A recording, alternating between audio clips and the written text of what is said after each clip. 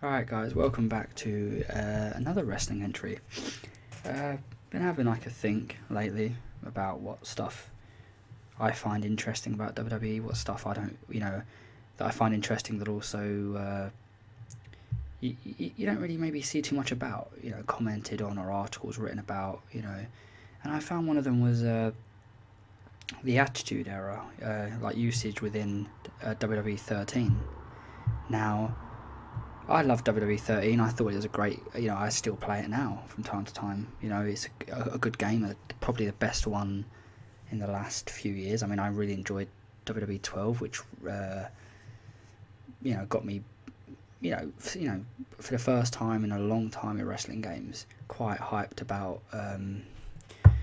the 13 version. And yeah, it's good. A good game. Vastly improvement, loads more rosters, all things like that. So if you don't have it, I recommend it completely.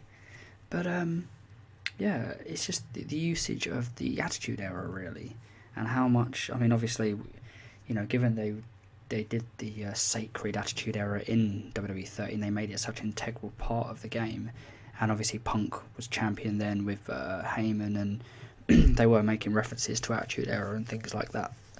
Now, as much as that's good, as much as it's great WWE. Giving the fans what they want, some Attitude Era, and it's probably, like realistically, Attitude Era was what, 15 years ago, I think it started, thereabouts, 15, 16 years ago, so, obviously half of these wrestlers are now almost 20 years older, so it's unlikely we're going to be seeing the caliber, even if they did come back for little shows they do, we're not going to be seeing the caliber that we were accustomed to back then. So of course the next step thing in this generation is video games. And so they focused heavily on the Attitude Era, which everybody loved because of course it's the Attitude Era, and wow, oh my god. And yeah, I just think from a business point of view, how wise is that? I mean, relying on history to sell a new product. I mean, sure, it's a rehash of WWE 12, which was a rehash of 11, 10, blah blah, so on and so forth, but still, it's you're making, if anything, I looked at the Attitude era being in the game as it's going to make people see what they've missed. Do you know what I mean? They're going to look at it's, if any, for where the company is right now in this PG era, this hellish PG era that everybody seems to think is the worst thing known to ever happen in the world, in history. To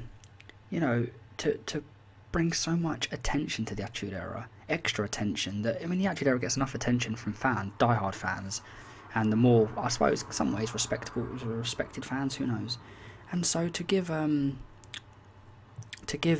so much impotence to it, I don't know. It seems like a bit of a weird business model. I mean, you're focusing on your history to sell your future. By doing that, you're, again, people who aren't familiar with the Attitude Era are getting first look, and they're seeing what the product has become today, which a lot of people are probably going to, straight away, as soon as they saw what happened, straight onto YouTube to watch what happened. Oh my god, why is wrestling not like it is, then, not like it is today? And so, yeah, so potentially you could be in some way putting a terminal disease on your company, on your creation. Yeah, I just, I think it's wrong. And then also people are buying it for the wrong reasons. They're buying it to play things, to recapture memories and things like that. That's awesome, that's all good, and play through the scenarios that you watched and lived through. But you're not going to be using, I mean, don't get me wrong, I'm sure everybody's used 90% of the rosters, so I'm sure Attitude Era lovers haven't just stuck with Attitude, and PG with PG, you can do what you like. But it kind of, it makes you less familiar or less care about the newer wrestlers if you know you can play as older wrestlers, which I think part of the reason how we get attached to certain things in life is the more accessible it is. I mean, say, like a Dolph Ziggler, I liked playing as Dolph Ziggler a couple of like versions of the game, ago, kind of thing. There were certain wrestlers, even some of the divas were fun to play as, mess around as and things like that.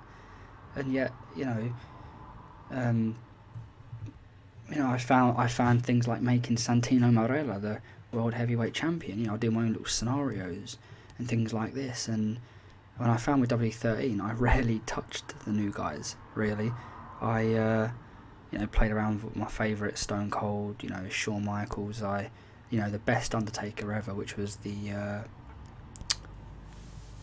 Ministry of Darkness one. That was amazing. That period of time was amazing. Yeah, I liked all that, but I just think you adding so much focus on when you're on, because basically it's a different product. Then you can't get that product again today. It's so, for all intents and purposes, it is a different product. It's not it's technically WWF, and if you want the Attitude Era, you have to buy it on DVD or watch it on YouTube. It's going to stop at about, probably when the invasion came in or something, so it's not going to be as long lasting as obviously, like the many years of what's still to come. But still, at the end of the day, you're still basically could be putting off fans right now and future fans by indulging them too much into the way it was. And especially when the product is, as I say today, a thing that most fans dislike. But I don't know if other people have many views on them, keep reusing the Attitude Era to get, almost get cheap pops and cheap likes kind of thing. I don't know. But yeah, maybe that's give you some food for thought about a different aspect of it. But and I'll speak to you soon. Take care. And as always, like, subscribe and comment if you want to. Bye bye.